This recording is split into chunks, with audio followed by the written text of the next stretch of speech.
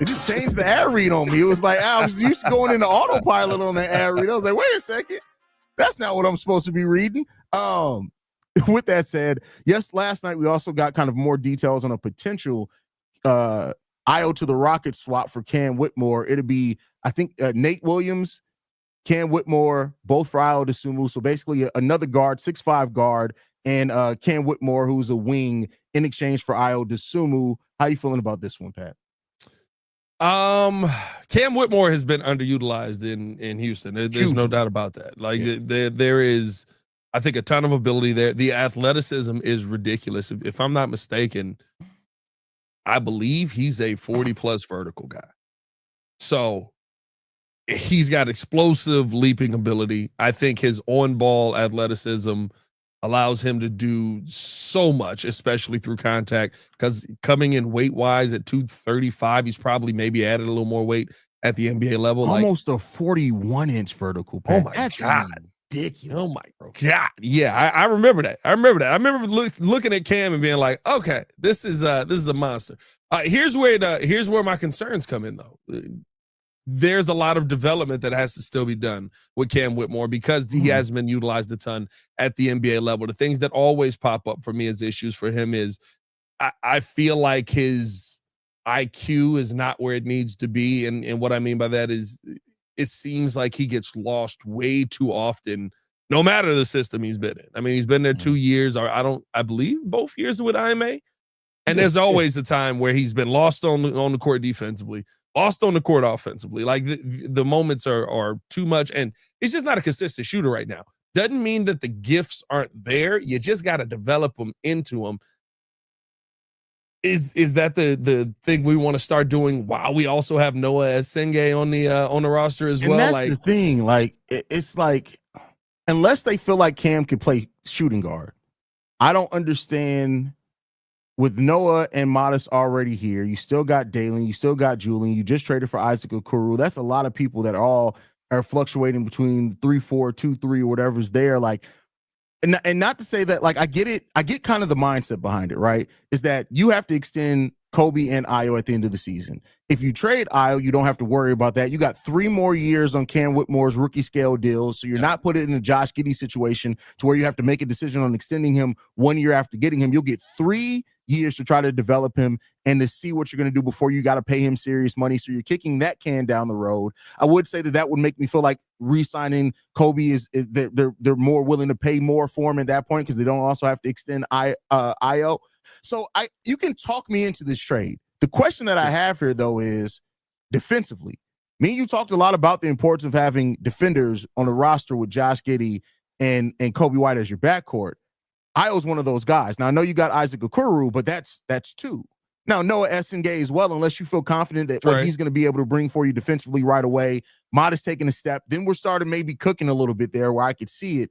But this is a trade. You also got Trey back in the building. You do have Trey back, who's solid positional defender. He's a point guard defender. That's it. That's positional. Yeah, he only has one position. So you can talk like this is a move, whereas the Vooch move, I'm just like, I'd have to try to make sense of that one. This is a move where I can actually see where this makes sense for you now, makes sense for you in the future. But at that point now, you are developing Modest, Noah, and Cam Whitmore and trying to do that all at the same time, which you got Dan Craig, you got Wes Unseld, you have a development department. So there you go on that one. But yeah, I mean, you could talk me into this one and me saying that this kind of makes sense for the Bulls. Listen, I wouldn't be against it. The one thing for me would be who's odd man out on the bottom of the roster guys, right? Is it Julian Phillips? Is it Dalen Terry? Like, I don't think you can have this. He is the Michael Jordan of Dalen Terry's, if you will. Like, he is a top level piece that actually has. You got to stop clicking on his comments, bro. I'm just like you got to stop clicking on his comments. I'm about to start putting people in timeout, bro. Like, he's a top level development piece, and I don't think you have somebody like him on the roster already. I don't think that you have a player who's probably as far along as him on the roster already, but there's still a ton of development that needs to be done, and that for me is where I really look at this trade, and I'm like, well, you're kind of trading a piece that you've developed for a piece that you have to try and get the most out of. Now, do I think his ceiling could be higher than Ayo's? Yeah. He's not I don't think he's ever going to bring you the defensive ability that Ayo brings. I think offensively, maybe he can have a higher ceiling. And if you feel comfortable with your defense off of the bench with Okoro, with Trey Jones, if Modest takes a step, like you said, like I could see it happening. I wouldn't be opposed to it. Ayo's the one piece for me, though, where it's kind of like try and hold on to him at all costs, because if you get to that point, and the hope is that AK does eventually try and win a championship here, or at least go for it.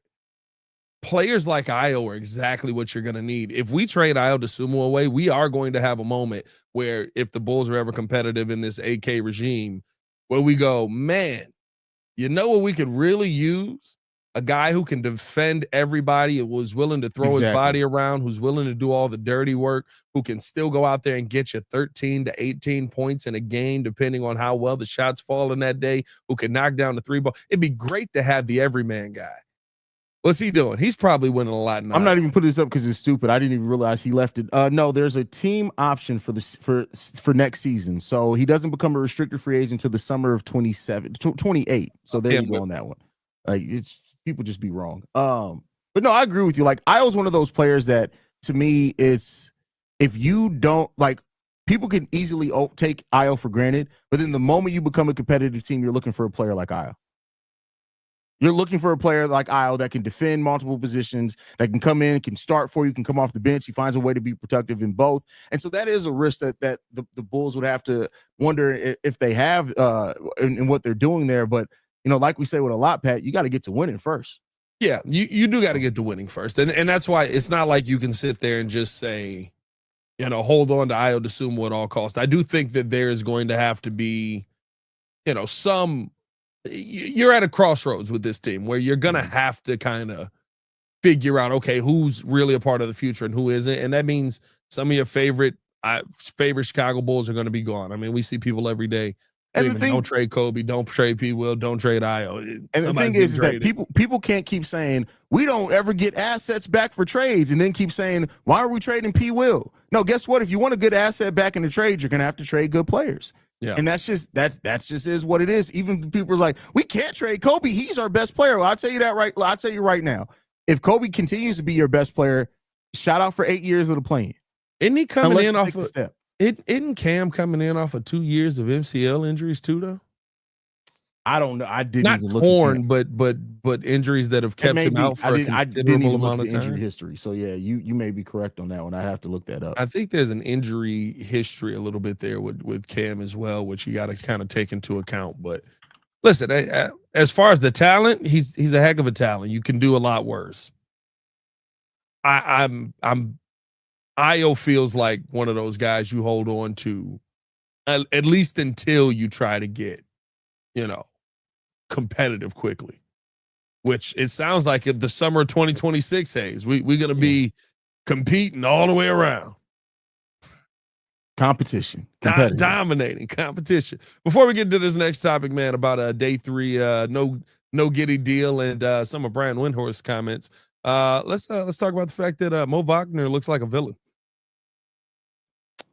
The fact that I saw that was in there, it's like the fact that that was premeditated. Mo Wagner slogger is crazy. This is from a conversation 2 days ago that we did not have, and bro, listen, like he looks like he will pet a dog on his lap as he turns around in an office chair. He definitely looks like an Austin Powers villain. That's 100% fact. More Locked On Bulls coming up next.